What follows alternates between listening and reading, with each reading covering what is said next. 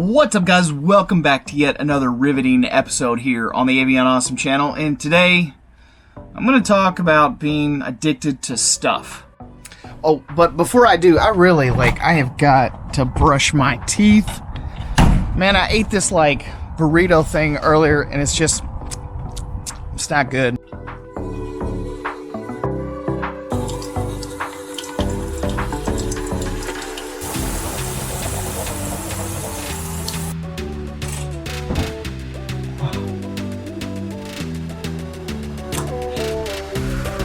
Much better. Come on, monkey, let's go outside. Yeah, let's go outside. It's very exciting. So I don't know about you guys, but I absolutely love what technology has done for us as a species. I absolutely love it. And we probably wouldn't be doing the things that we're doing these days without all of this technology, to be perfectly honest with you. The solar panels on our roofs have really helped improve things for those people that want to stay extendedly out in the middle of nowhere. And I think that was the missing piece, because we'd always had generators, but if it was extremely hot or extremely cold, well, I mean, that means that you had to constantly go and get more gas. Now, these generators in here, they're awesome. They're absolutely fantastic. They are reliable for the most part. They're extremely accessible. Most people can afford one, maybe even two if you happen to run them in parallel, but that was fine if it was extremely hot or extremely cold outside. You were constantly having to go and get more of this stuff, because when you run these things really hard, you end up having to constantly go and get more gas to make sure that the lights stay on. The next big revolution, in my opinion, was not just the solar part, but the battery portion, right? Once we got these lithium polymer, lithium iron phosphate batteries, lithium ceramic batteries, all of this advancement in battery technology really started to change things, because the resistance inside the batteries, they went down so you could charge them faster. Those batteries weren't resisting that charge like the old lead acid batteries were. So your life just became so much easier with solar. So yes, I'm extremely fascinated by the technology that we have and what it's been able to do for us. And I think because I love gadgets so much, I think I have a problem. Of course, Monkey Man doesn't think I have a problem at all. He's just Dad, is this thing going to help me go and do some more awesome stuff? And that's all you want to go do. You just want to go run and play and get into trouble, don't you? Don't you? Yeah? Yes. You like trouble, and you like cookies. Give me a high five. All right. So, ultimately, that means that I have a problem, and I would say that the vast majority of you all probably have the exact same problem. Because what do we do on a constant, regular basis, right? What do? We buy stuff. We consume. Now, I'm not saying, I'm not anti-capitalism whatsoever. I mean, I think that is probably the quickest way to bring most people from a very low standard of living to a very high standard of living, with the shortest distance between those 2 points. And I know that a lot of people hate on other rich people and stuff, but I mean, most of the rich people got rich because they made stuff that we wanted. They spent a lot of time and a lot of energy innovating and creating these things so that we could have a better life. And we paid them for that work, for that research and stuff. So I am not anti any of that, but I do have a massive problem with just how addicted we are to stuff. I have to remind myself constantly, all the time, I'm on Amazon. I'm constantly hunting and looking, and I have no idea why. It's just I don't need anything. I'm warm. I'm cool in the hotter months. I have stuff to eat on. I have a place to poop and pee. I have a roof over my head, and otherwise you don't really need that much. I've got a place to sleep. I've got a place to sit here and work. So I just don't really need much. I would say that the vast majority of the stuff that I am like always in the market for, they're just like these little wants. I get these little itches about, oh, I could totally use that. All right, so one of the examples is like I am now obsessed with these like fairy lights, right? Absolutely obsessed. And the reason I'm so obsessed is because they have such a very low draw as far as electricity goes, right? Like they are so low when it comes to how much energy that they draw, but I'm also fascinated by how much light they can output, right? And I've got this set of string lights that are just sort of, you know, strung throughout, and I've got little command hooks here that I use to route them the way that I wanted them to go.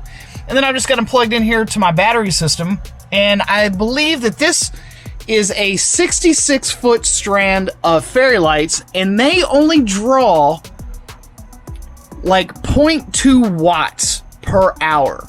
Like they're inconsequential when it comes to how much power that they draw. Well, I mean, you've got to be asking yourself, well, Mark, that sounds like a worthy thing. That sounds like a very worthy endeavor, is to create higher efficiency. But then I also have to ask myself all the time, it's like, but dude, do you really need it? Do you need more? Yeah, realistically, I think I probably do. And I think that also is the thing, is like, it's very easy for us to justify stuff in our own heads. We can go, oh yeah, but I deserve it, or I really want it. But if you live mobily, if you try to travel, the more stuff that you have, the less you're realistically going to be able, the less you're realistically going to be able to make or realize your travel endeavors.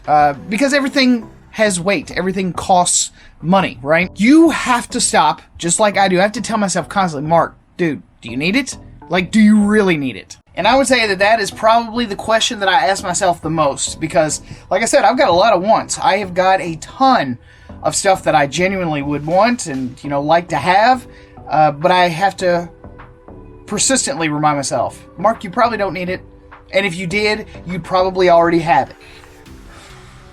So I think that, you know, there's a really good chance that the quality or the I don't know, the standard of our living could genuinely be increased, not so much by the stuff that we have, but maybe by the stuff that we don't have.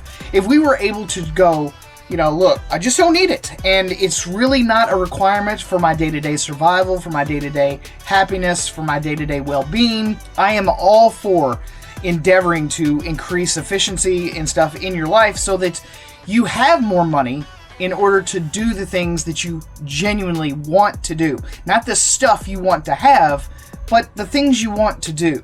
Not to mention, what about all those places you want to go and see? You want to get out there and you want to see those Sawtooth Mountains, and you want to get out there and you want to see the Grand Canyon, and you want to get out there and you want to see the Badlands, and you want to get out there and you want to see the Louisiana graveyards, you know? Maybe some of you even want to come out here and see the rolling hills of Kentucky. And others still might want to go down and see the Great Smoky Mountains in Tennessee. Well, you're not realistically going to be able to achieve those goals if you're just constantly worried about stuff. If you are genuinely addicted to stuff, and you know you just like I know me. I know that I like little gadgets and little knickknacks, and I'm all about like these little electrical devices and, you know, cameras and batteries, and just like, I'm obsessed with that stuff. I absolutely love that kind of stuff. But I also know in the back of my mind, I can't take all that stuff with me. It's not feasible to just drag a bunch of useless, unnecessary stuff around me everywhere I go. And I think that the sooner that we get that through our heads, the sooner that we understand that what we're trying to do is we're trying to reclaim our life. We're trying to be more human and less robotic. Like, you know, we're trying to escape the rat race. We're trying to get out of our boxes.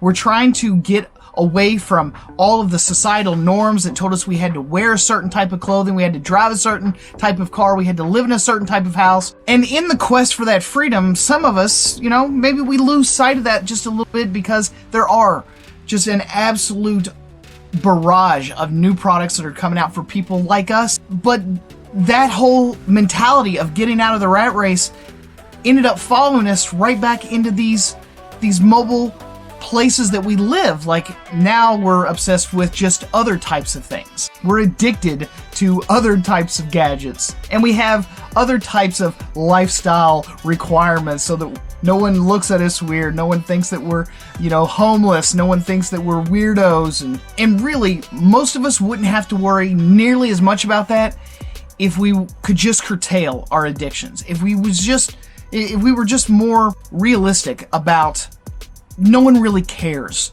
what you wear, no one really cares what you drive, no one really cares what you live in.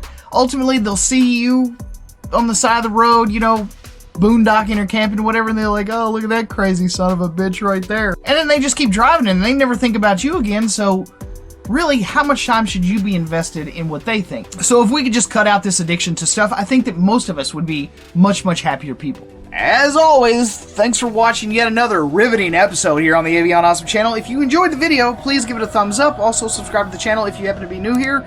And I will see you guys again on the next one. Peace.